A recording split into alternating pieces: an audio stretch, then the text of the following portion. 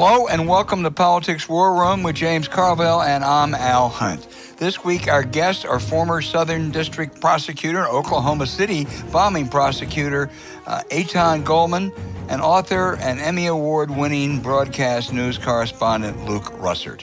Remember, we love taking your questions, so write into politicswarroom@gmail.com or send a tweet to @Politicon for next week's show.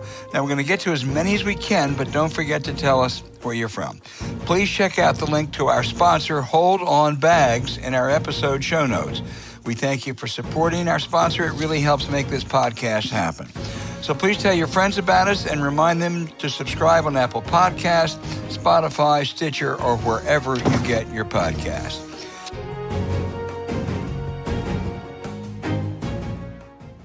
James, the verdict came down in the Trump Eugene Carroll case. He was found in a civil action. He was found guilty of sexual abuse, sexual assault. He had to pay a $5 million defamation fine. That's a lot of dough.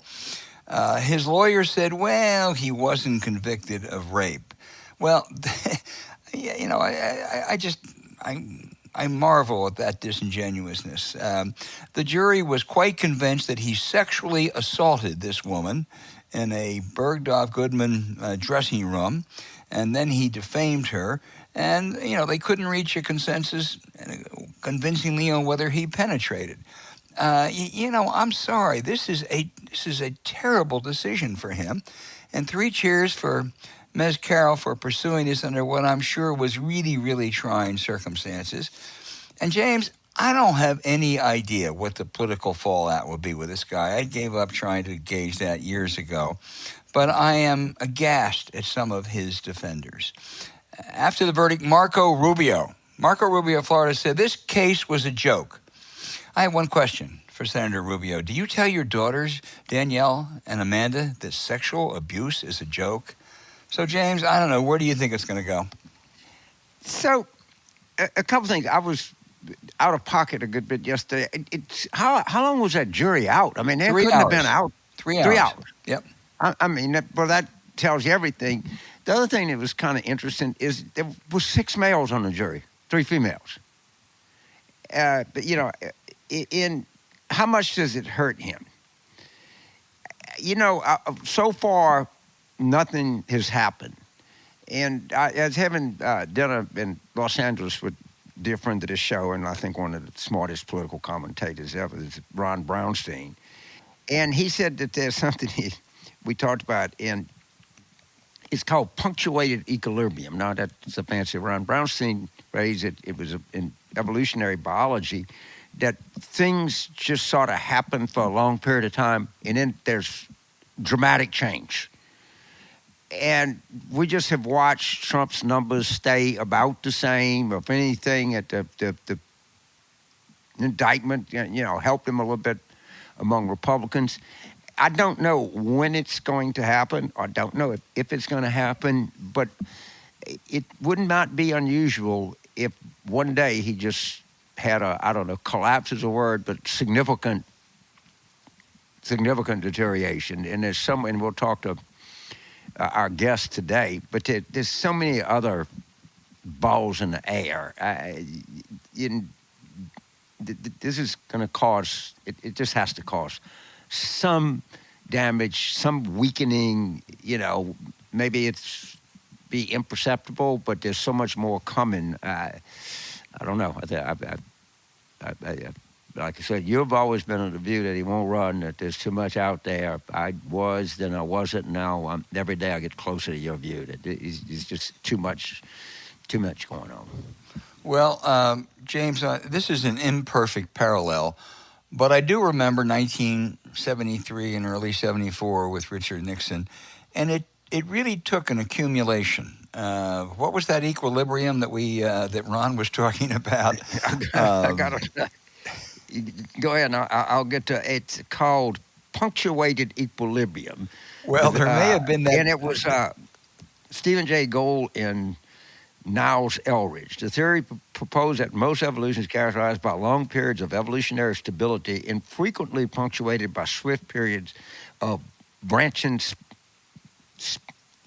speciation, I guess SPCIA, species. I don't know what to, I think I'm pronouncing it right. But at any rate, the theory being that things just happen at a thing, and then, but all of a sudden one day you have punctuated equilibrium, and that's the new big word for the Well, show. that's what happened with Nixon. It took a while, but then his equilibrium was punctuated. Now, Yeah, whether that's analogous or not, we don't see. know, but we're on the punctuated equilibrium watch here. Yeah, and if this case, I don't know how much it's going to hurt him, but if it helps him, there's something terribly wrong about us. It can't possibly help him. He was guilty. He sexually abused a woman, and he defamed her. There's no getting around that. James, let me turn to another subject, and I want to start with you on an ABC Washington Post poll last weekend that just ricocheted around the body politic. Your take? Well, there is considerable, and I would say justifiable, criticism of some of the methodology in that poll, particularly the way that they asked the trial heat. And the headline, and people talk about it, and I saw there was a YouGov something poll showed, Biden ahead of Trump, and the White House is obviously telling people it's an outlier poll, it's not a very good poll, and the trial heat number is flawed. I would say that I think the trial heat number is flawed. I just don't think that's where it is. But the problem is, this is part of a long string of polls and 2022 election results. And I can't argue that this is justified, but it's a fact. His black approval is around 60%. We had terrible black turnout in 2022. That's going to tell you that we're not going to get black turnout anywhere where we need it in 2024 with Biden. The other thing that we see over a long period of time, his youth approval is not very good. Well, there's two secrets. If in a presidential election, if the Democrats don't have a really good black turnout number, or a really good under 30 turnout number, if they underperform, it's the most underappreciated rule. Everything has to add up to 100. So let's just say the expected under 30 number is 15% of the vote, 15 share out of 100. If it drops to 13, you say, well, that's going to cost you 2 points. No, it's going to cost you more than that, because if it's expected 15, and let's just say non-college white males are expected 30, well, if it drops from 15 to 13, that might go from 30 to 31. And it's a very, very, very, very significant problem, is Democratic enthusiasm. And that makes that case, as did the NBC Hart poll, as did the Pew poll, as every other poll that I've seen. And I've seen the election result. I'm very confident that that's the big, big issue here. Yeah, I agree. Let me go back to the poll, because I, too, am very skeptical of the head-to-head that showed Trump 7 points ahead. I just don't think that's the case. And I think it was not a well-done poll. But some of the criticism is just from people who don't understand polling. One is the sample size they say was too small. Over 1,000 adults, 900 registered voters. I'm sorry, I directed over 300 polls over the course of, a quarter century, done by the very best in the business. Peter Hart, Bob Teeter, Ann Selzer. That's the size we usually used, almost always. And at this stage, you don't do likely voters. We don't know. People aren't sure if they're a likely voter. You do adults, and then a subsection of registered voters. And to wait for anything other than race, gender, geography, or education at this point is really unnecessary and maybe even irresponsible. So I don't have any problems with that kind of methodology. And I think, building on your points, I would make two, and that is the other polls this is not an outlier in general. Biden's approval rating may not be as low as 36. Okay, it's 40. That ain't much better. And most people, including a plurality of Democrats, simply don't want him to run again. And the White House can't run from that. I think you're analysis was on point, sophisticated. I agree with it. I'd probably one minor, and this is very minor but you're talking about waiting, which is very, very controversial. Age, sometimes you have to wait for. I included age, I think. I meant to, at least. I mean, gender, age, region, right. and education. Your analysis was accurate. It was sophisticated, and you're right. I would question the 36 approval number. I would question the 7-point trial heat in favor of Trump. But nobody does samples bigger than 1,000 adults. They had 9. Well, some of those online ones do. That's what they kept citing. I mean, you can do an online 6,000. You don't get any better result. You get a worse result, probably. No, you don't. In online polls, I mean, they go into them, and I think they're getting better and better as they go. It's not a. We could talk about methodology in this, but the point is. The consistent point is Democratic enthusiasm, black approval, youth approval are universally down. And that is going to produce a bad result. And it doesn't get any better. All right, so maybe we take our Ron Brownstein doctrine, which I forgot already what it was. Tell Brownstein he just got to get down their level. I mean, we can't. He's too damn smart and sophisticated for us. Punctuated equilibrium. All right, so let's talk about punctuated equilibrium. And this is what the White House was saying. Look, Clinton got credit the first 2.5 years for the economic recovery, but by 96, he'd formidable force, won the re-election easily. Obama, same thing, got no credit, got wiped out in 2010. We actually had much smaller majorities, had much more successful off-year election. And, you look at even the inflation number today is showing some improvement. And it's going to get better. And, again, the hope is there's some version of punctuated equilibrium in the president's numbers. I understand everything they say is true, but I think it's unlikely to be the case. But it's demonstrably true that Clinton got wiped out 2 years in. So did Obama.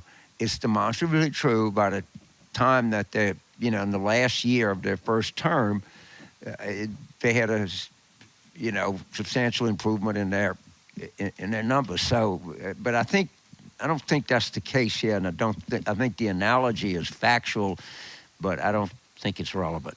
But agree, and we will undoubtedly return to this in the weeks ahead.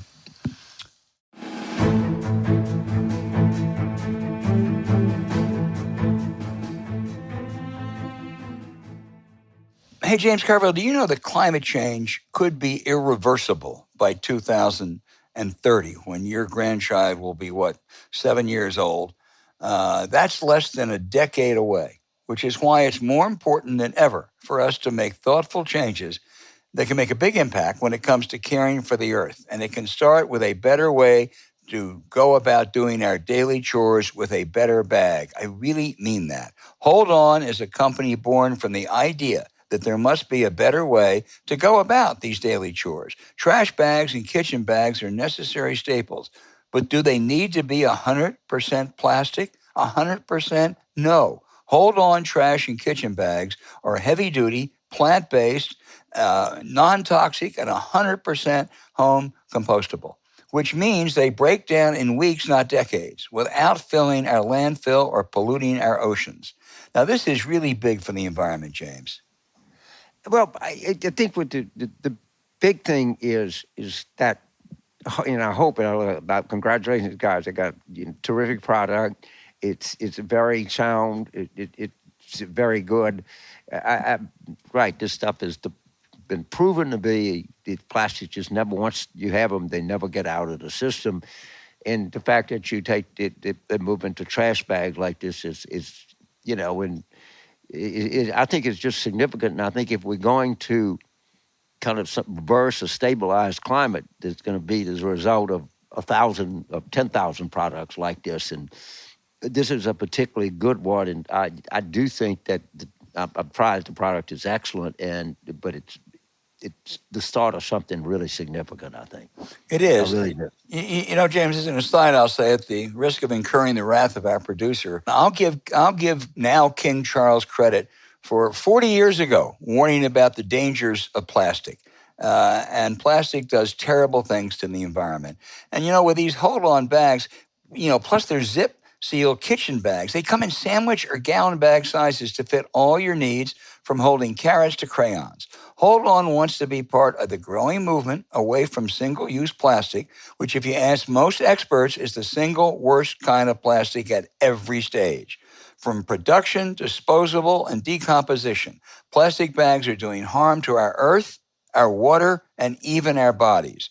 Made from non-toxic ingredients and plant-based renewables, Hold On trash and kitchen bags meet the highest standards of compostability and break down in weeks, not centuries. So to shop plant-based bags and replace single-use plastics all over your home, visit holdonbags.com/war room or enter War Room at checkout to save 20% off your order.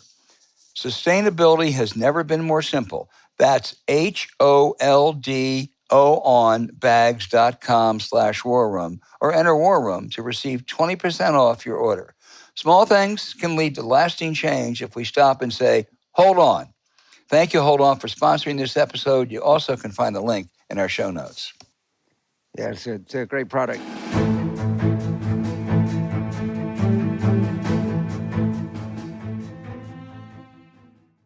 James, our guest, is one of the foremost criminal lawyers and a fabled prosecutor in the Southern District of New York. He was a prosecutor in the Oklahoma City bombing, and now he's a leading Washington lawyer, Aitan Goelman.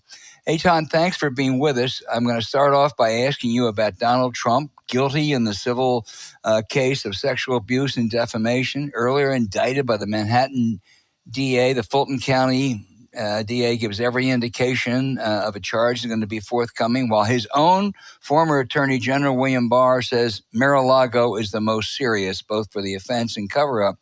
That's before we even get to January 6th.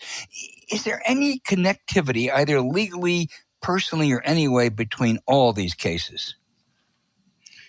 I mean, the connectivity is the obvious one. It's, you know, Donald Trump himself and his conduct that makes him subject to, you know, criminal exposure and civil liability. So, you know, it's not a coincidence that he's facing this kind of constellation of you know, legal troubles. It's the bed that he made.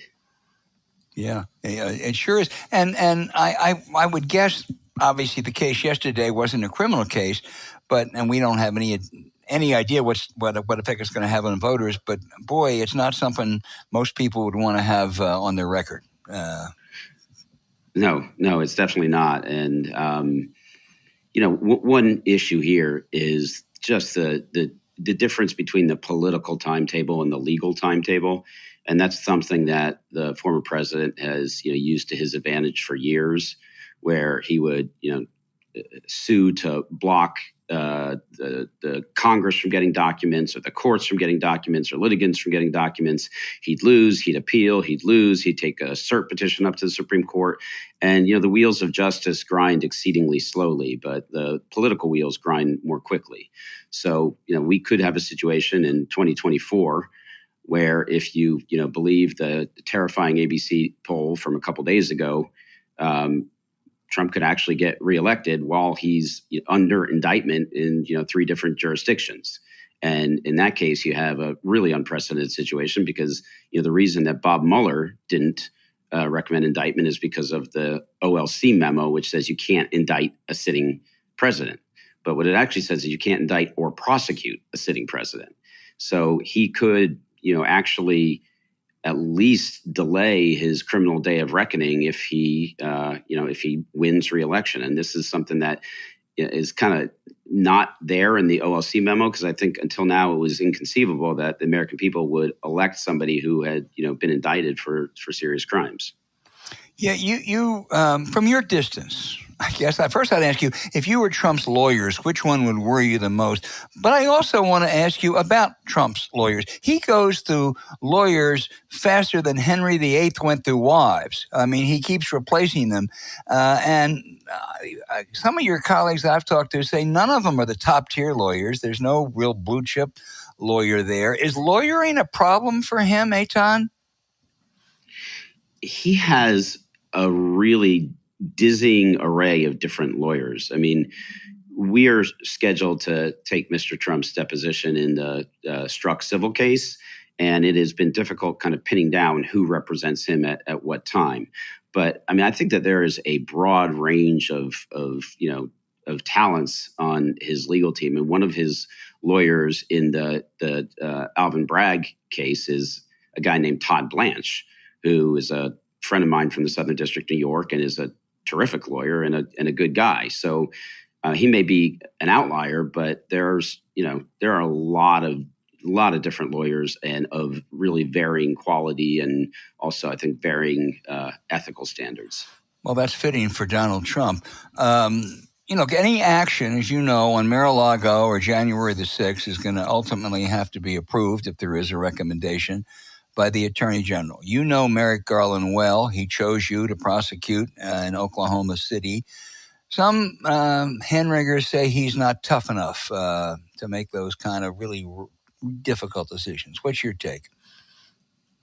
I don't think he's going to be able to avoid making a decision. I mean, if Jack Smith comes to him and says, we recommend that Trump be indicted for these crimes, Merrick's going to have to give a thumbs up or thumbs down. And, from everything I've seen of Merrick, he's a real, go where the facts and law lead you. And I think at the end of the day, he will, approve indicting the former president if that's what the special counsel recommends. James.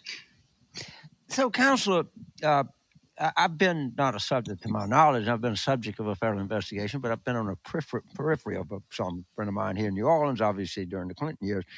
And the one thing you learn is they don't have to tell you shit, and they operate on their own timetable. But you can kind of read tea leaves a little bit. And Jack Smith interviewed Mike Pence. Would that be the kind of thing that would signal to you that this investigation is likely wrapping up one way or the other?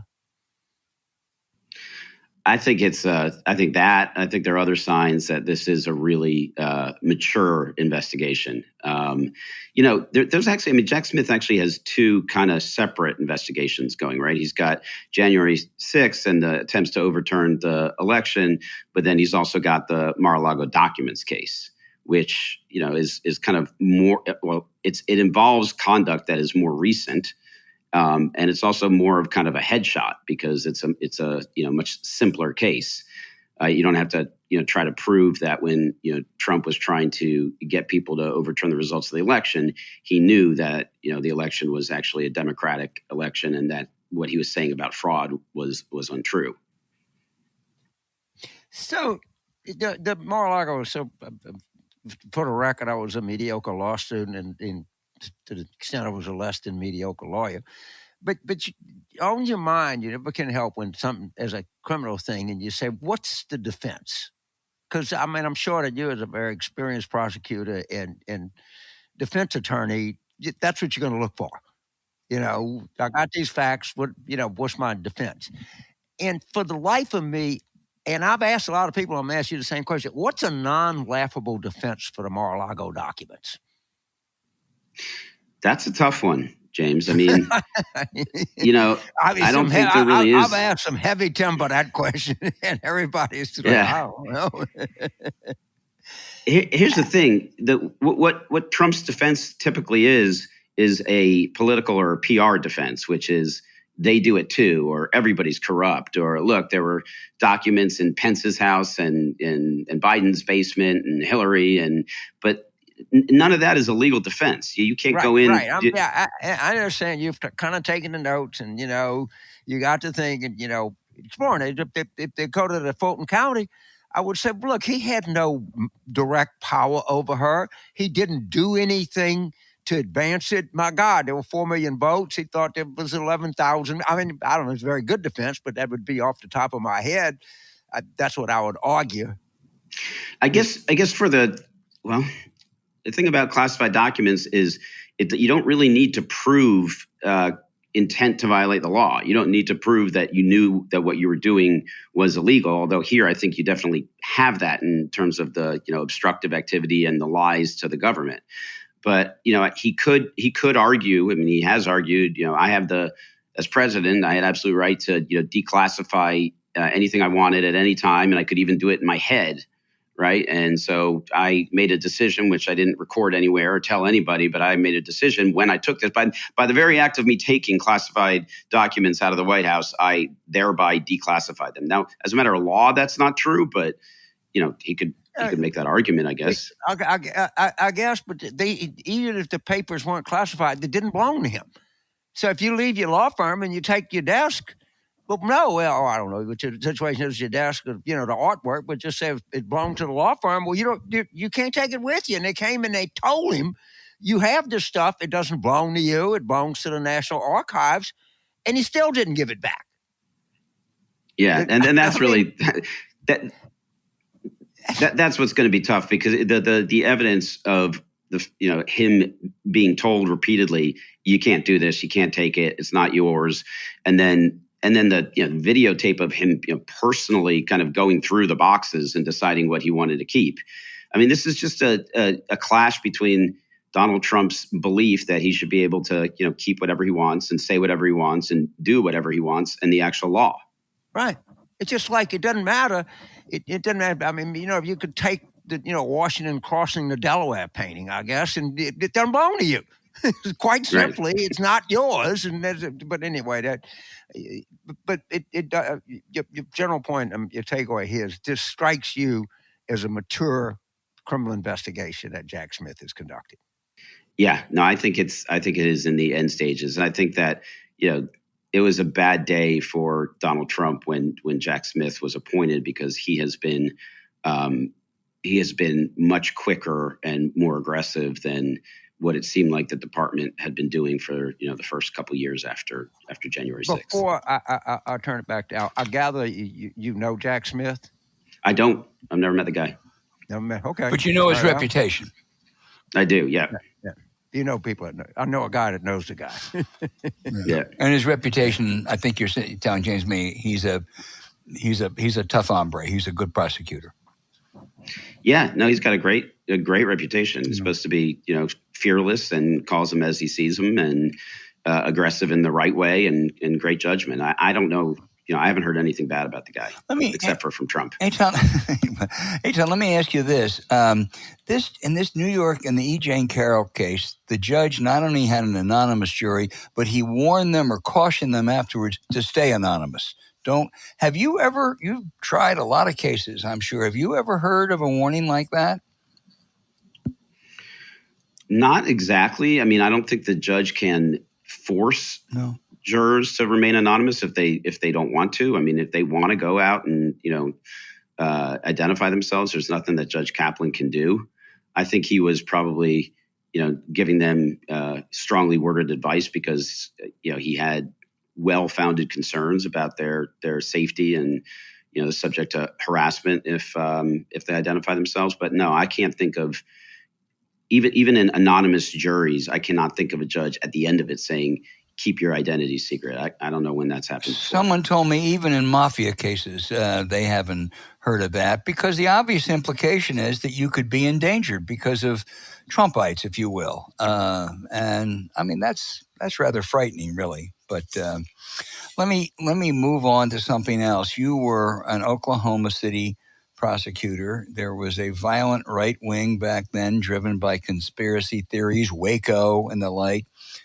Isn't it really much worse today? They spread this stuff on the internet. They have prominent politicians feeding it. Is the violent right-wing threat in America greater than it was, 27 years ago in Oklahoma City? Yeah, no, I think it's immeasurably worse, way, way more dangerous. And, I think that for, Tim McVeigh, he had to find his kind of community of extremists and nut jobs by going to gun shows and talking to people and writing letters. But all you need is an internet connection in order to be able to, find some really dark places and to, engage in. I mean, and also I think the country is a much different place now. I don't think in 1995 you could have had a president tweeting conspiracy theories from the Oval Office, and we had that for 4 years, and now that same guy is the leading candidate for nomination of a major party. So the just the division in the country and the polarization and the willingness of people to believe that their political adversaries are not just people they disagree with, but part of a horrible cabal of child abusing monsters is just categorically different. It's really sad. Frightening. It's beyond sad. Yeah, It's really, it is frightening. It's frightening. Let me ask you, before I turn back to James, let me ask you another Trump question. You have been in a lot of cases. You've represented people on both sides. And I know Trump's not normal, to put it mildly. But at some point, doesn't stress weigh in on him? I mean, some emotional toll of maybe being indicted multiple times and convicted of sexual assault, even someone as oblivious to normal human emotions as Trump, wouldn't you expect that there would be just gargantuan stress imposed upon him? You would definitely think so. I mean, the process of being, a subject or a target or a suspect or a defendant in a criminal case, especially a serious criminal case, it takes a huge psychological toll. Most people don't enjoy it. And, I don't know Trump personally, but from my perspective, the thing that he seems to fear most and enjoy the least is just not getting attention. So if he's in the headlines, if people are talking to him like he matters, that may be more important to him than what's actually being said. I mean, he may just have this fear of being irrelevant, that Trump's, to coin a phrase, that's more important than everything else. Yeah. So, Counsel, I'm going to ask you like a polling question. I'm going to give you two statements and tell which one you agree with the most. Statement A, in the indictment of Donald Trump by the Manhattan DA for making payments to a porn star, that ordering his attorney to put it out there, not report it as a campaign, blah, blah, blah. But while it might be a technical violation of the law, this is something that we shouldn't be prosecuted with. This is not that big a deal. Statement B, yeah, it actually is a big deal when you do something at the end of the campaign, you circumvent federal elections law and have your lawyer do something else. Which is closer to your view? This is okay, but it's not that big a deal. You're damn right you should base the music for this. No, I'm firmly in number two camp, James. I mean, I don't think it's as serious as, January 6th or, some of the other investigations he's involved in. But, I do think that the deal with the National Enquirer and, some of the, and, obviously there were no charges ultimately brought for collusion with the Russians, but just the manipulation in the 2016 campaign, I do think that those are, threats to democracy, and that, this is a worthwhile case to prosecute. Again, I don't know that it's a crime of the century, but I don't think it is so hyper technical that, the Manhattan DA shouldn't have brought it. Yeah, I've never found an impressive way. Somebody gets stopped for DUI. Just look at all the goddamn murders going on. Why are you fooling with me? I mean, they're not related. I mean, the argument just doesn't hold water. Right? There's a lot worse shit going on in the world, and we shouldn't do that. But people do, and there was considerable, pushback, but skepticism among, non-right-wing opinion leaders that this wasn't that big a deal, and it actually kind of hurts. And you don't share that view, I guess. I don't. I mean, I think that there's consternation because people maybe see this as a little like Al Capone getting prosecuted for tax evasion when, he's been responsible for the murder of dozens of people. And, Trump's done much worse things than the Stormy Daniels episode. But I like you, I don't think that the fact that you have committed more serious crimes should, immunize you or insulate you from prosecution from less serious crimes. Well, thank you, Counselor. I just love talking to you, and I hope I never need your services, but if I do, I'll call you.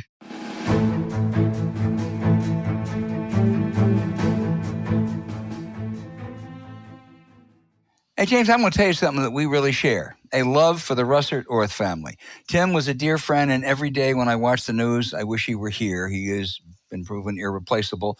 Maureen Orth, a dazzling journalist, and every bit as warm, a great friend. And then there's their son, Luke Russert. He got his charm and smarts from both parents. He got his looks from his mother.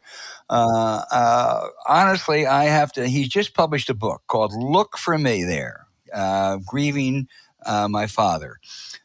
Luke, shortly after your dad's sudden death in 2008, you joined NBC News as a young reporter. Now, you got the job because of your name, and then you earned it and became a superb journalist on Capitol Hill. I appreciate you pointing out that covering Congress is the best gig in town for reporters. It's a hell of a lot better than covering the White House. And you suffered some cheap shots, but I think the problem was something different, not per se going to work for NBC, but something that our family went through in a different way. You jumped right in and you never grieved, really, the loss of your dad. And reading the book was an emotional experience for me, as I care so much about you three. But it seemed to me this was the essence of the book, reporting on your travels around the world and finding yourself and better understanding your loss. Well, thank you so much, Al. It's a real honor to be on with you guys. And for you listeners out there that might not know this is a little reunion of sorts for 60/20 Sports, which had a great run on Sirius XM radio for 4 years from 06 to 2010. Although that show would now be called 70/30. So, although we are forever 60/20. It's 80. Yeah, go 80/40 soon enough. Yeah. But what you referenced there, Al, in your wonderful introduction is the premise of the book, which is called Look for Me There, Grieving My Father and Finding Myself. And ostensibly, it's a deeply internal journey that happened over many external physical places with the diversity of cultures and whatnot. And what you hone in on is this question as to why I decided to leave NBC. There was this gilded path ahead of me. It seemed like there was limitless options. And it comes down to when I turned 30, I saw the light at the end of the tunnel a little bit more clearly. I lost a close friend at 27. My father passed away at 58, but I wasn't feeling fulfilled. And by chance, I had a meeting with House Speaker John Boehner, who saw me in the hallway and he said, "I want to talk to you in my office." And I thought he was upset about coverage. As you know, we get dressed down often in the media by the people we cover. And I walked into his office. He said, "Well, what are you doing here?" And I said, "Well, you invited me to your office. What am I doing here? You invited me, right?" And he said, "No, what are you doing here on Capitol Hill? Because time's a flat circle here. You could be here till you're 50, 60, 70, 80 and not even know your life's gone by. Make sure that this is actually what you want to do. And make sure that this is something that is not too easy for you. You could do this job with your eyes closed. Is there another world out there for you?" And that conversation ended up being a catalyst to listen to those voices in my head that said, "Hey, you know what? Maybe you got to go do something else." And when I left, it was only supposed to be about 6 months to a year of travel.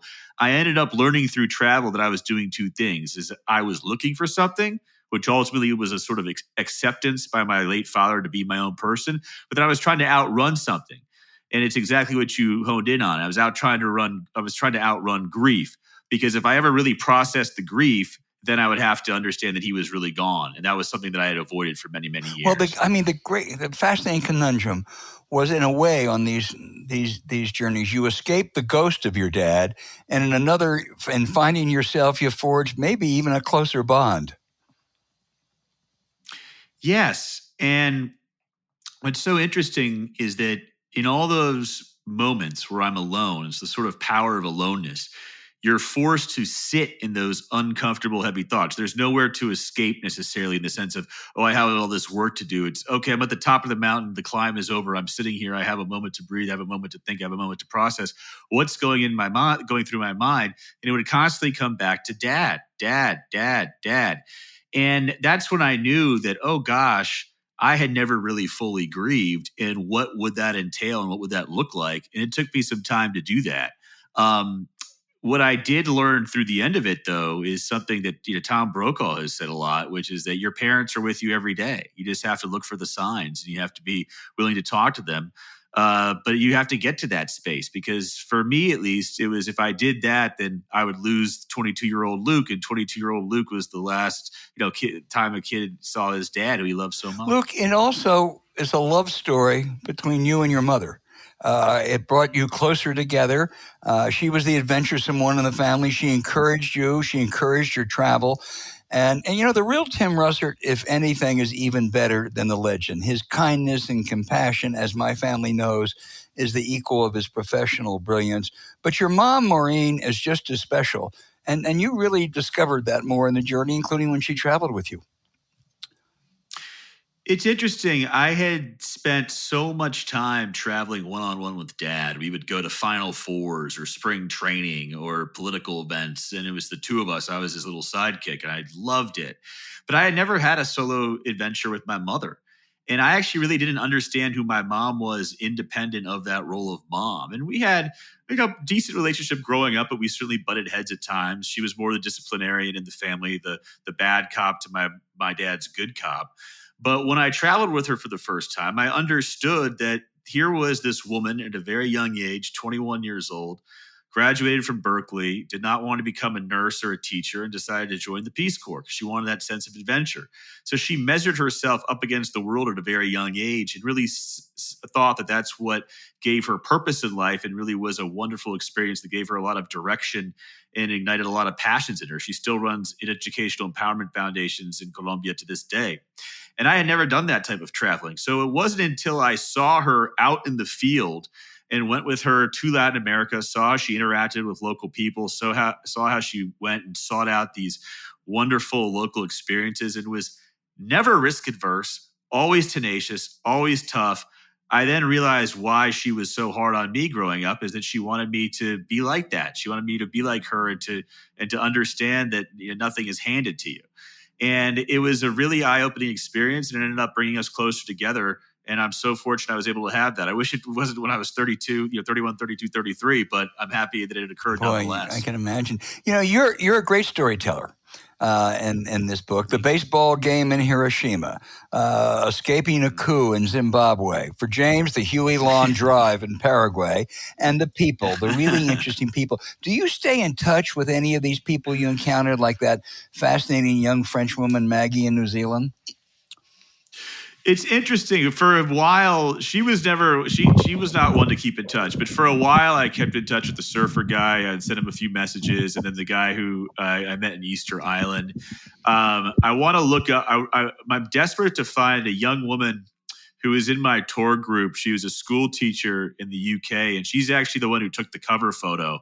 I handed her my camera, and she said, "Oh, go off and walk there near the ledge in the Wadi Rum Desert in Jordan, and I'll take a photo." It turned out to be the one used for the cover, which is getting a lot of publicity now. I can hold up what the cover looks like right there. And I just want to send her a copy and be like, hey, that shot you took actually ended up working out really well.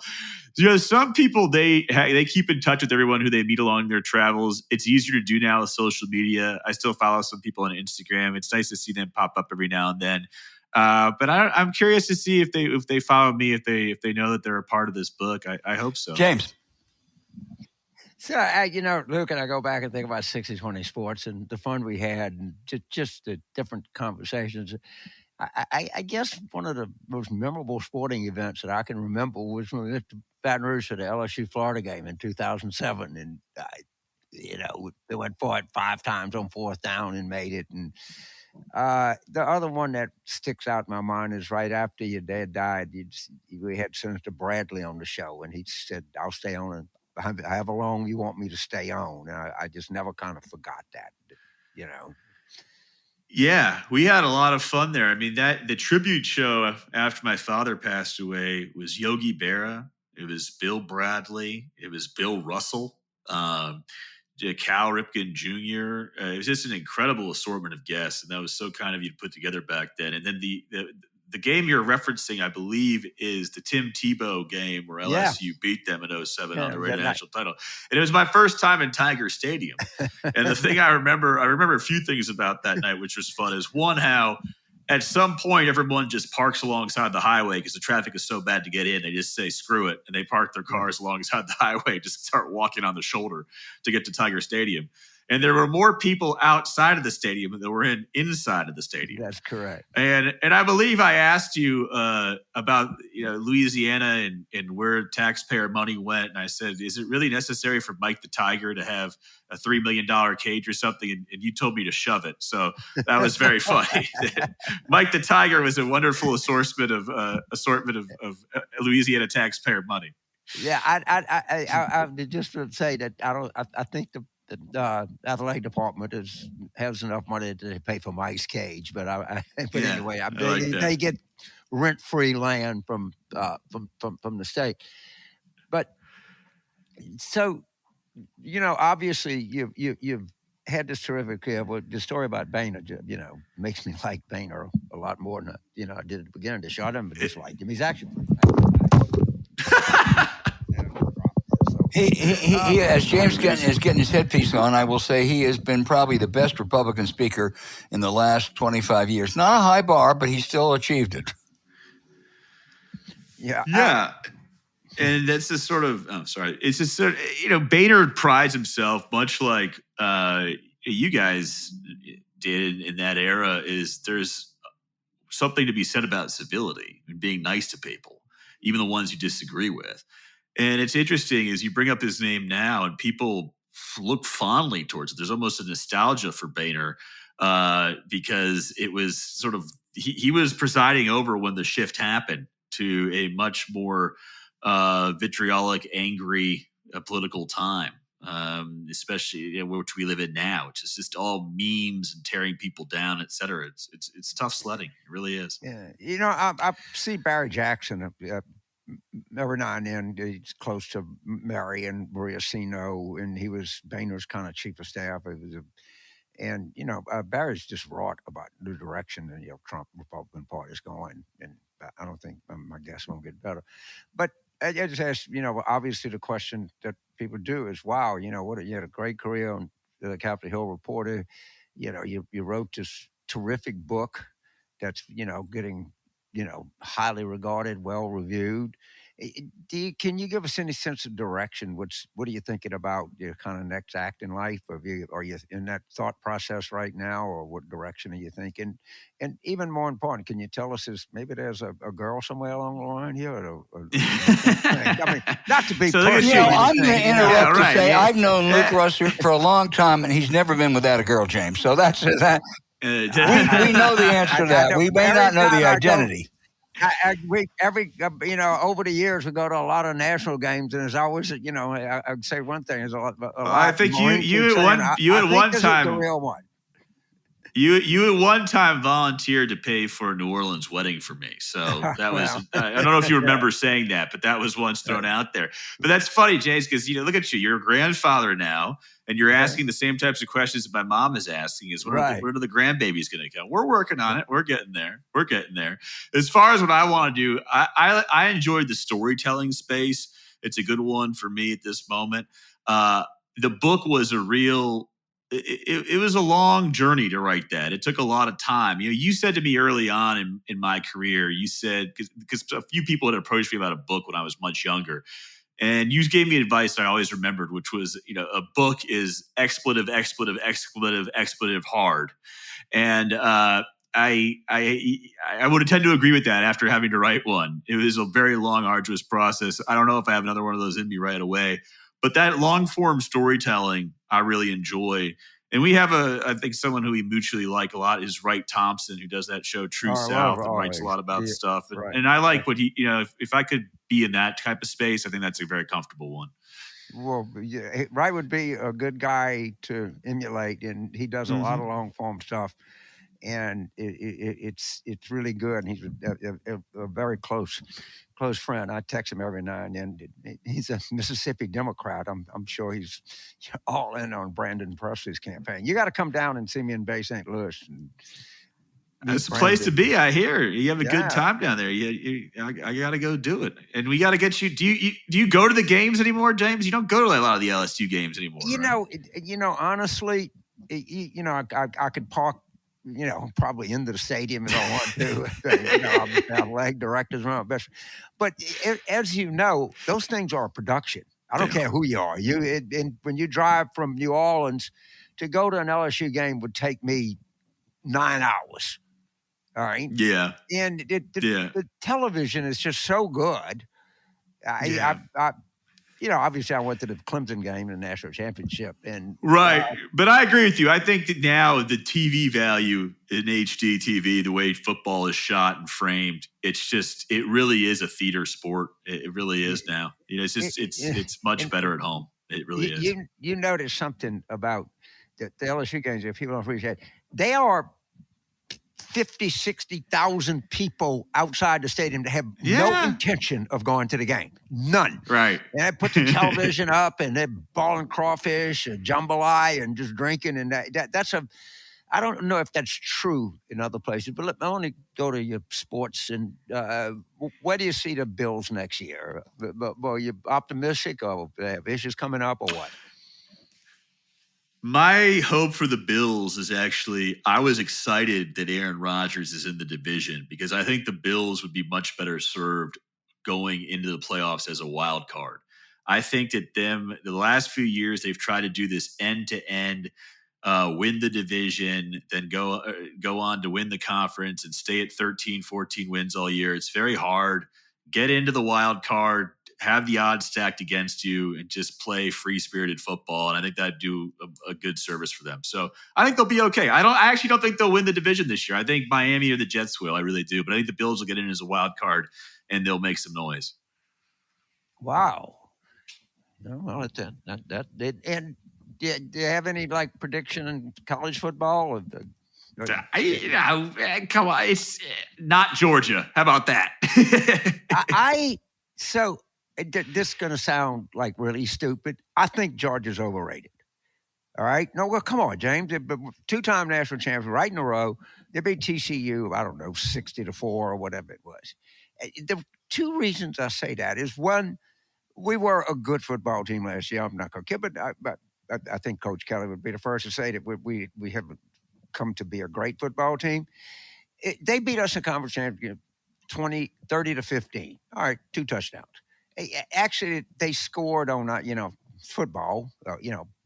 Ball bounces off a kid's helmet and they got a run field goal back all the way. We actually outplayed them. If you look at the thing, and Garrett Nussmeier, we're stunning at quarterback, and Garrett Nussmeier is best backup in the country. And people forget, everybody trashes the Big Ten and everybody trashes Ohio State. Georgia, Ohio State in the semifinal game was 42-41. Well, they almost had them beat. Ohio State did. Well, that's the first time I've heard of two-time national champions being overrated. But perhaps let me go back to Luke Russert and ask him this. Your dad was the gold standard in journalism, but he also was Mr. Buffalo, his hometown. You went back for a book signing, Luke. Did anybody show up? Yeah, just 1 or 2. No, we were very lucky. Tell us about it. It's a place called the Blackthorn Pub, which my grandfather, the late great Big Russ, World War II veteran, garbage man, truck driver, worked 2 jobs, 45 years. He was a member there. And the Blackthorns are these old kind of Irish Catholic guys that wear the black top hats under the St. Patrick's Day parade, and they march with the Irish walking sticks, etc. So it was at his old Blackthorn Pub and Club, and a few hundred, I'd say about 400 people came out. The line to sign books went over 3 hours. So we signed a bunch of books. We took a bunch of pictures. Some people sadly had to get out of line because it was just too long, and I've been trying to talk to them and reach out to them and make sure they all got books. But it was a wonderful celebration of the book and also Buffalo. And I got to hear so many stories, but the one that made me laugh the most was this guy had rented a cabin off Lake Erie on the Canadian side, and in the cabin was Tim Russert, 1971, that he had sketched in there with a knife. And so my father at age 21 had got into some mischief at this cabin. It was sort of hidden behind a dresser. So that was a neat story. But it was a wonderful celebration of the book, and Buffalo's been so good to me. And we had a great week last week. It went up to #1 on Amazon. It was #1 on Barnes and Noble for a few days, and they actually ended up selling out a book. So it's a good problem to have. It's a little scary, but if your listeners, if you bought a book and the order wasn't processed right away, I can promise you it's going to happen this week. They got the presses up and running, so we're and if you haven't bought a book, go to it right now. Go to Amazon or wherever you get your books and get Luke Russert's book, immediately. I remember you told me years ago one of the things that you considered was maybe going back to Buffalo, upstate New York, and running for political office. Have you ruled that out? Is that still a possibility? Yeah, I think I've ruled that out. I mean, one of the things that you learn when you cover Congress is it is blood sport. And it's only gotten worse. I don't think it's going to get better. I think one of the things we don't talk about enough in the United States is that because it has gotten so bad, the quality of the candidates on both sides has really gone down. Thankfully, there's still a few gems in there who come through with good records. But I think a lot of people, and this is why you see, I think, so many of the older politicians hang on. It's that the ones coming up the pipeline, it's not always the best and the brightest because so many people are just so turned off. And that's sad. And I think that's not good for a democracy. It's not good for civic participation because there are the forces out there that want you to be so just so over it that you don't pay attention anymore. And that's intentional a lot of the time. And that's not good. And my hope is that we get to a place where people realize how important it is to participate civically. I mean, that was one of the things my father was very patriotic about, was the participation and defense of democracy, that we are all in this as citizens here, and we have to do what's best for the country. And we are so very far away from that. Look, I first met you when you were 2 days old. It was in the hospital. I remember your dad pointing out all of your great attributes at 48 hours, and his pride only grew over the years. And I think today, looking down on you, he's probably prouder than ever. But the other thing about him is he reached out to others. I know when my son was badly injured, there was no one there more than Tim Russert. So I guess what I want to say is just to you and Maureen, thank you for sharing him with all of us because he was, I've never known anyone more special. Well, you're so kind to say that, Al. And as it was printed on his mass card, there's no better exercise for the human heart than bending down to pick somebody else up. And he really, truly believed that. And just this past weekend in Buffalo, there were so many of those types of stories. People had said, your father wouldn't know me from Adam. And he heard that my mom was in the hospital through the grapevine in South Buffalo and called up and sent us, flowers and whatnot. And I have so many of those stories, and they warm my heart every single time. So thank you so much for that. That's great. James.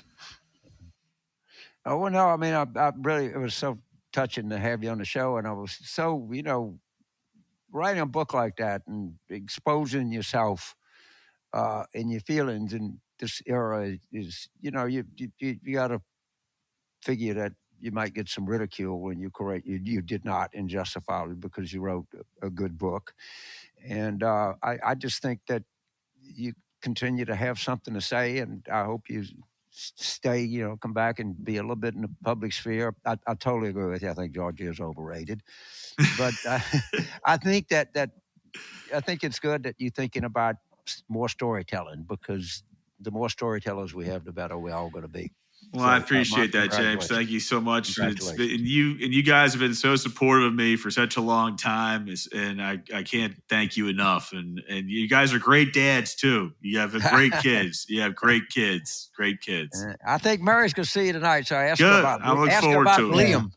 Liam, Irish Liam. I want to tell everybody out there, if you haven't already, I want you to get Luke Russert. Look for me there, Grieving My Father and Finding Myself. You owe it to yourself. It's a fabulous book. Luke Russert, we all are we just, revel in everything you are. So thank you so much for joining us.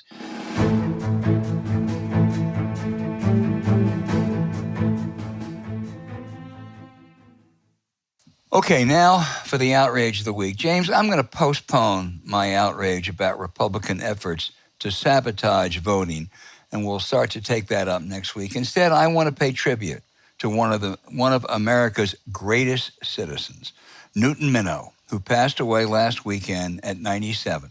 He is the most notable and prescient FCC chairman in history, extolling the potential of television in 1961 and decrying its entertainment fare as a, quote, vast wasteland, end quote. Over the next 60 years, no one contributed more to the advancement of communications, the public dialogue, and public television than Newt Minow. In his 30s, he was a confidant of John F. Kennedy. In his 70s, he was a mentor of Barack Obama. He and his close friend Abner Mikva were the liberal lions of the Chicago legal and political world for decades. I have never known a better public servant. He and his equally admirable wife, Jo, had 3 extraordinary daughters. The one I know the best is Martha, the former dean of the Harvard Law School and now the chair of the MacArthur Foundation. And on a personal note, he was the hero for my wife, Judy Woodruff, her biggest supporter and professional inspiration. She was blessed to have dinner with Newt a week before, and he was as sharp and wise and engaging as ever. A remarkable life for a remarkable American. Wow. At MacArthur Foundation, those sons of bitches give out $1 million gifts for geniuses. Why don't you give me $1 million? Shit. Well, I'll talk to Martha about us, James. So James wants his cut, you know? So every group, somebody is profoundly embarrassing the group. So if some Jewish person does something really stupid and you know, oh God, it's gonna, you know, or you know, an Italian does something stupid, or a black person does something stupid, people within the group go, oh man, that person's a fucking embarrassment. Well, I'm a Southern college football fan, and there is no more embarrassing person in the world to my culture than Tommy Tuberville. He is the colossally ignorant jerk who doesn't even know, as a United States Senator, doesn't even know the 3 branches of government. And yesterday, after Trump was found liable by a jury, he says it wants to make me vote for him twice. I just, when you think somebody can't be any dumber or any worse of a representative of the white Southern male college football fan, then Tommy Tuberville just exceeds your fucking expectations every time. So Tommy, just shut up because you're embarrassing people like me, and you fit the stereotype. That guy is like, he's the perfect storm because he's a giant fool and doesn't even realize it. I mean, a colossal fool. It's in addition to that, he's got really serious ethics problems, but that would surprise no one. No, he sure does. You touched on something that I want to go a little bit. I think most people know the producer of our show. He is famously a Brit and a dedicated and devoted anti-monarchist. And I didn't pay much attention to it, but I did, and I looked at some of the visuals. This thing is on the last leg, all right? I mean, I'm sorry. That guy looked ridiculous, 76 years old with a big old crown on top of his head. They're not even powerful enough to get mad at anymore. And you weren't taken, I suspect, James, by the new queen. Yeah, I actually, like, I watched the video of the coronation of Queen Elizabeth in 1953, and you had a sense that it is, what they try to do is exude power and Pax Britannica and whatever shit don't exist anymore anyway. But he just looked, he didn't look intimidated. I kind of had some sympathy for him.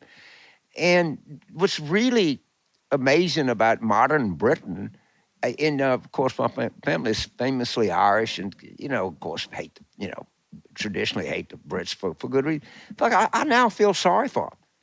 They would, if they should wish they had anything approaching the economy in Ireland, and he just looks. Yeah, I don't think he's a bad guy. I think he loved horses so much he married one. Ooh. But well, okay. But I mean, I didn't. It didn't like me. Say, look at this shit. They're spending all this money, and this is so out of touch with where the world. Hey, I didn't have. My feeling was, shit, it looks silly. And I think that was a lot of people. I think this thing. I'm no fan of the monarchy. I do give him credit for being anti-plastics, but I think your overall. I think case he was a good environmental record. He actually is a kind of critique of modern architecture, which I believe is kind of a reasonable thing to do. But I'm just saying, I doesn't have. If he were coming to New Orleans and I had to walk 3 blocks and somebody said, I can get you to the front, you can shake hands with the king, I don't know, man, it's too hot out there.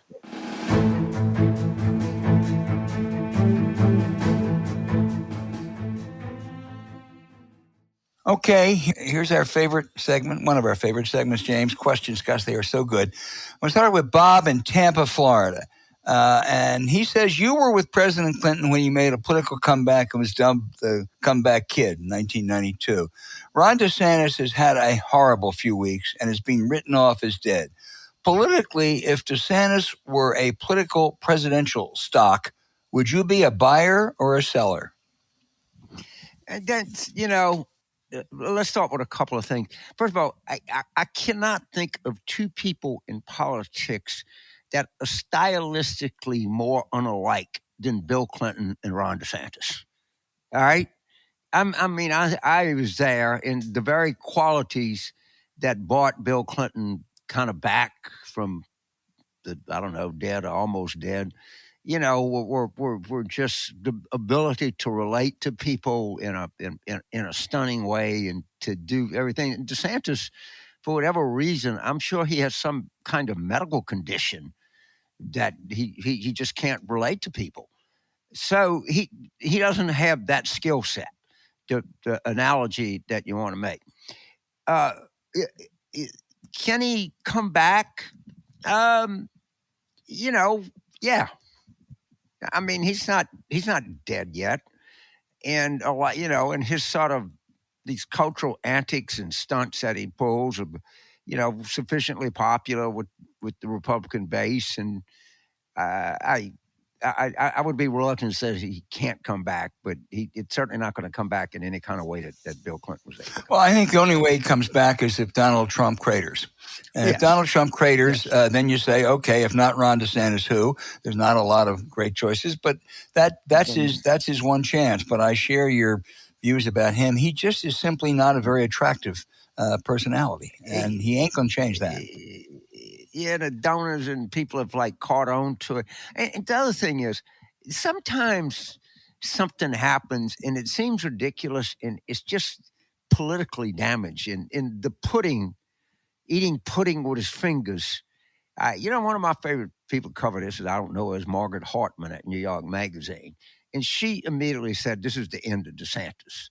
And I read the headline and I said, oh, come on. Then I kind of read the story and I said, shit, she might be right. I mean, of course, Trump seized on it right away. But I think that, a little bit, when something happens to somebody, it becomes kind of defining. And I think he did serious damage to him. Yeah. It seems stupid, but it did. We will see. Kristen in Orlando, Florida, says that 70 or 80% of Americans support red flag laws on guns or effective background checks for gun ownership, yet the Republican Party refuses to accept any of these measures. They may be softening a little bit in Texas, just a teeny bit maybe. They probably will come back.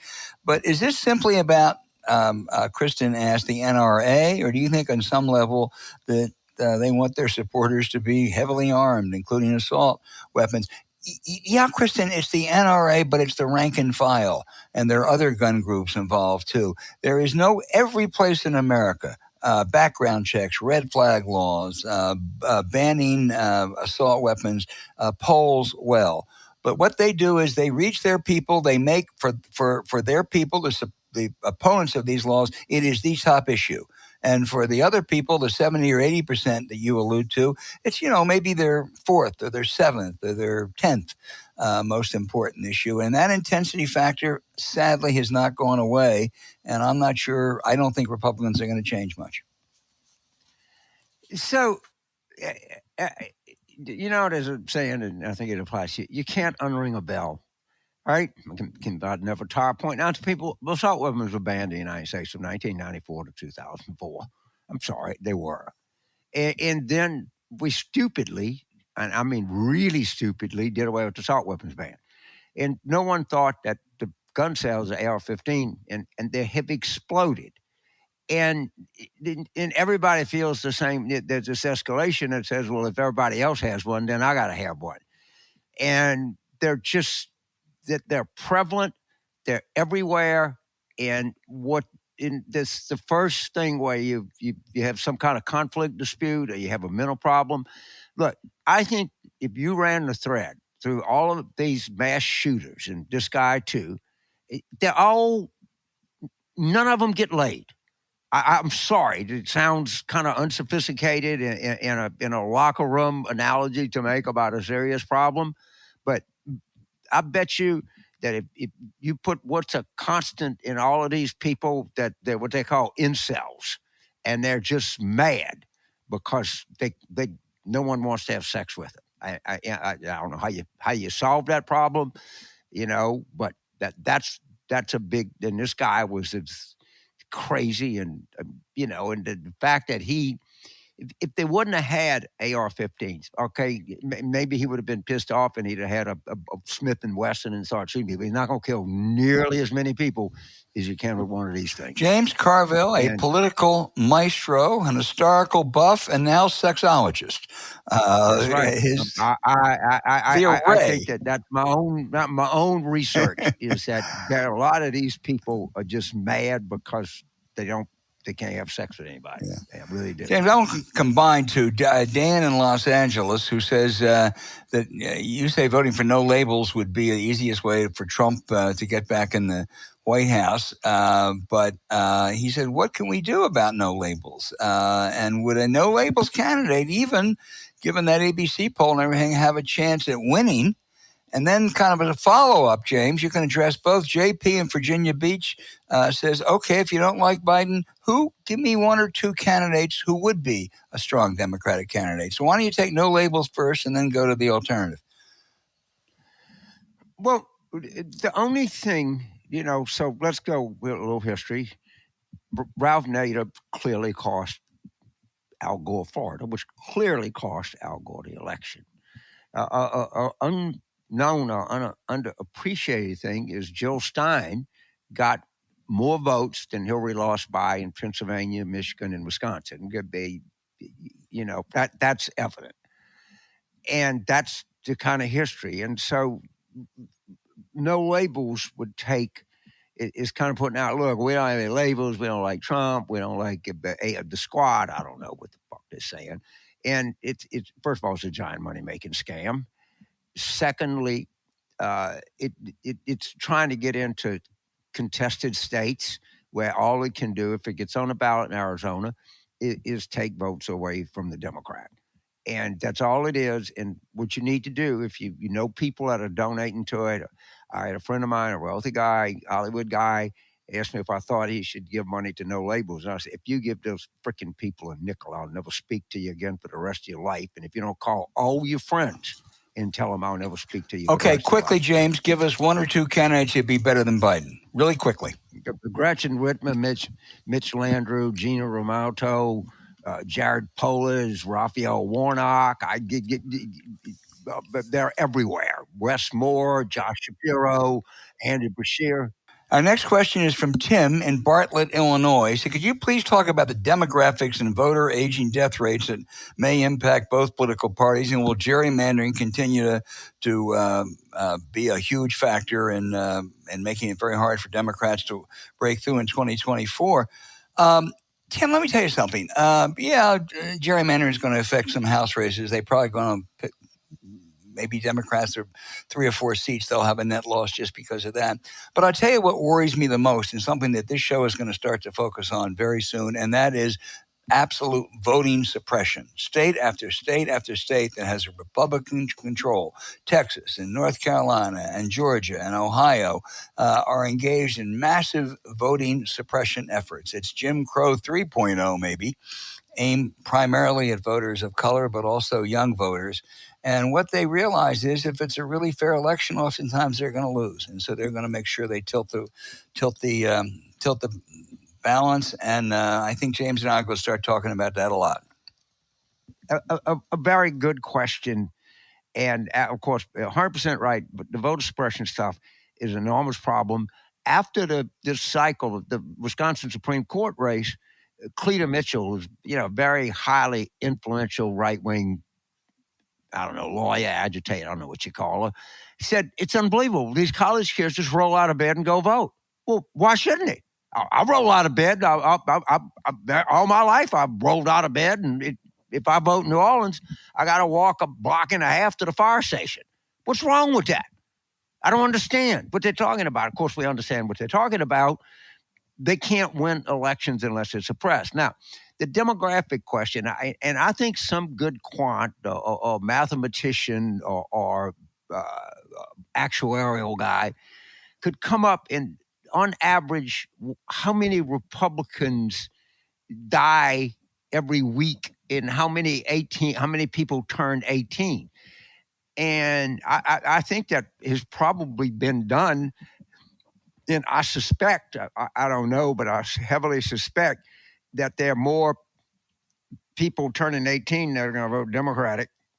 And there's a lot of Republicans who are dying, and they lost inordinate amount of people to COVID, to the pandemic, because of the stupidity of not getting vaccines or wearing masks, and that's been proven, and a pretty big number.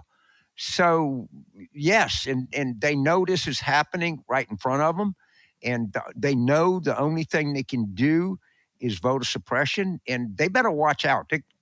They could lose this race in Texas.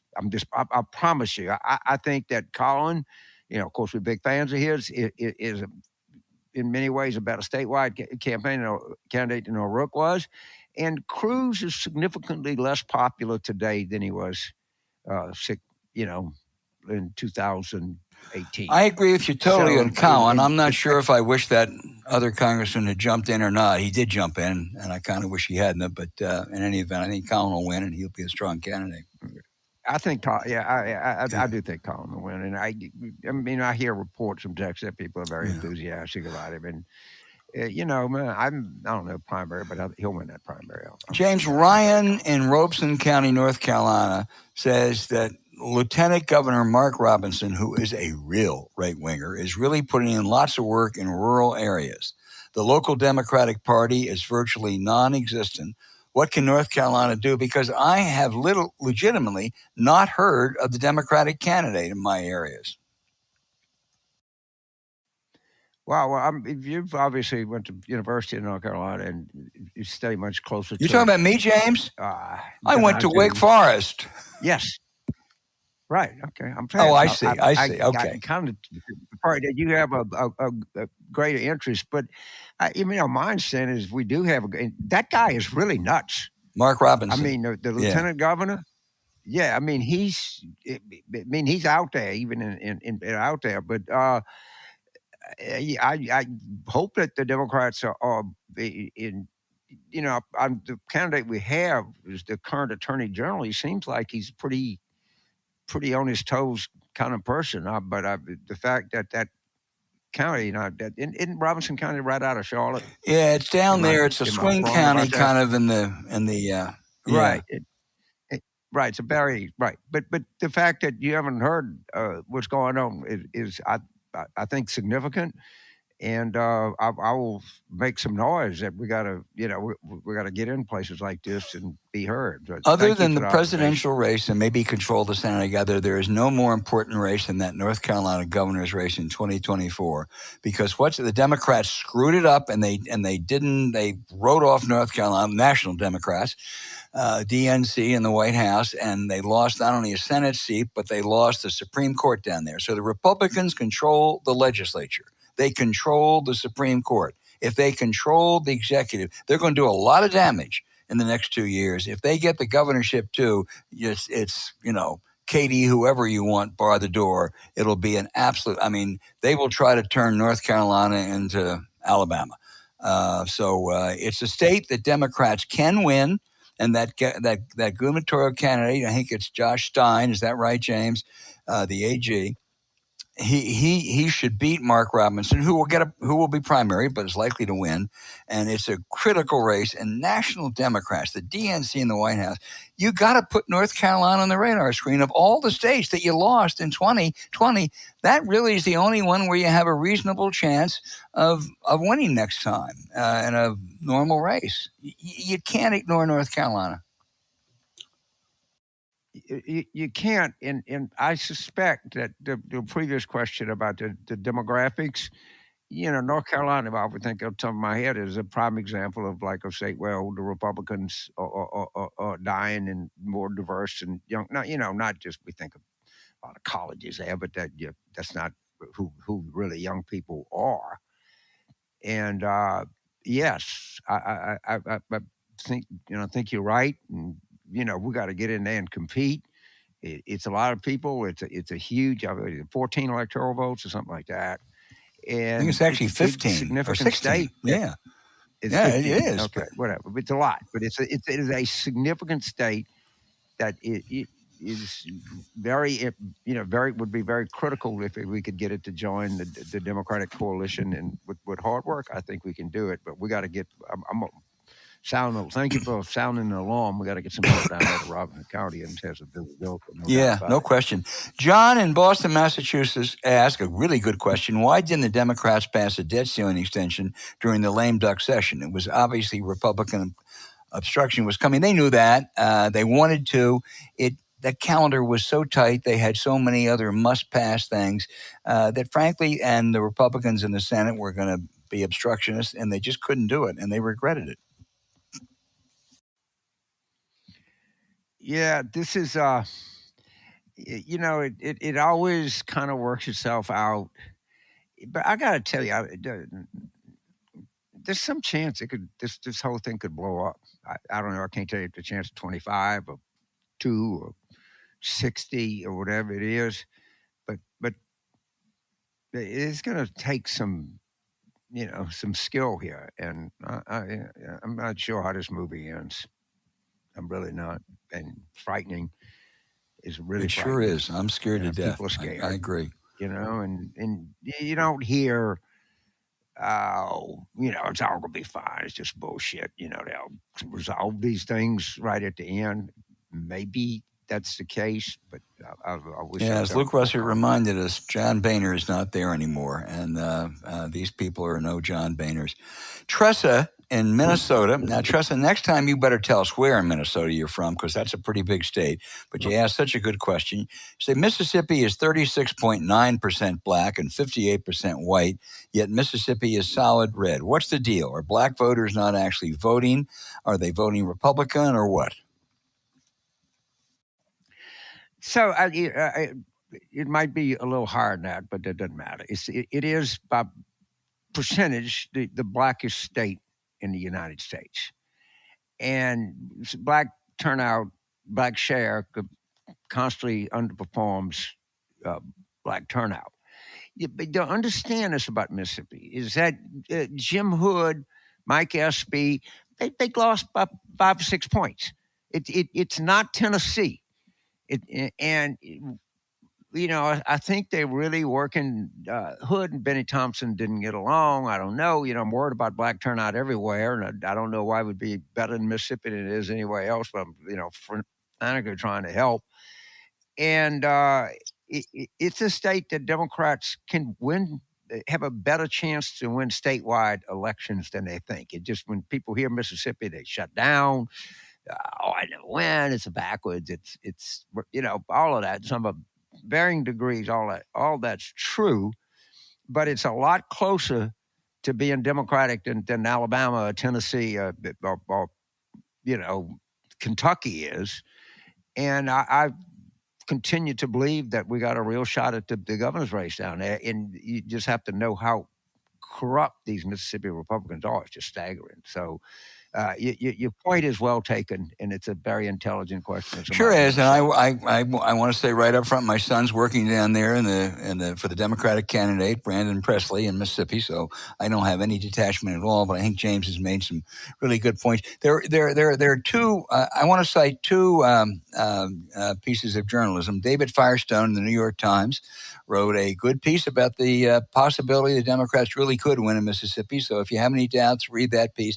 But the other one is Mississippi Today, this little digital site that only began 7 or 8 years ago. Jim Barksdale gave him some money. Andy Lack of NBC News came down there to be, I guess, the chair of it. A guy named Adam Gacheneau, I think I'm pronouncing his name correctly, is a wonderful young editor. And this woman, Anna Wolf, they won the Pulitzer Prize for investigative reporting, for they were the ones that revealed the $77 million of welfare money for poor people that the governing Republicans took and handed out to supporters and contributors, including Brett Favre, for $5 million for a volleyball court at his alma mater. It was a terrible thing, and I just am so glad Mississippi Today was recognized, because they deserve it. It's a great place, and I would tell our readers out there too, not only get the David Firestone piece, but start reading Mississippi Today. Maybe even contribute to them, because they're making a difference down there, James. They are, and obviously I spend a lot of time in Mississippi because of my place in Bay St. Louis, which is just over the Louisiana line. And you're right. The Sun Herald, which is the Biloxi Gulfport papers, doesn't have very much. I mean, I was struggling. The Clarence Ledger, the state capital newspaper struggles. I don't even think the Commercial Appeal is doing that well in Memphis. In covering this, and it's our typical. Mississippi Today is far and away the best coverage of state government and state politics in Mississippi that there is, and you're very credible to point them out. And we'll see, but I do know that we're going to be competitive. And he had compared to other states, his fundraising quarter was better than we've ever had anybody in Mississippi. And I promise you, it's going to be a close election. I think Brandon can win the thing. I know that's my job number one between 9 November is helping down there. So. Great question. Great observation. That candidate James alludes to is really good question. Is Brandon Presley. That's a pretty good name in the state of Mississippi, I think. And also out there, start reading Mississippi Today, and then if you like it as much as I do, make a contribution to them. It's a terrific nonprofit that's doing, as James said, great work down there. So thank you. Keep those letters coming. We love those questions. I'm sorry if we didn't get to everyone, but if we didn't, we'll try to get to them next week.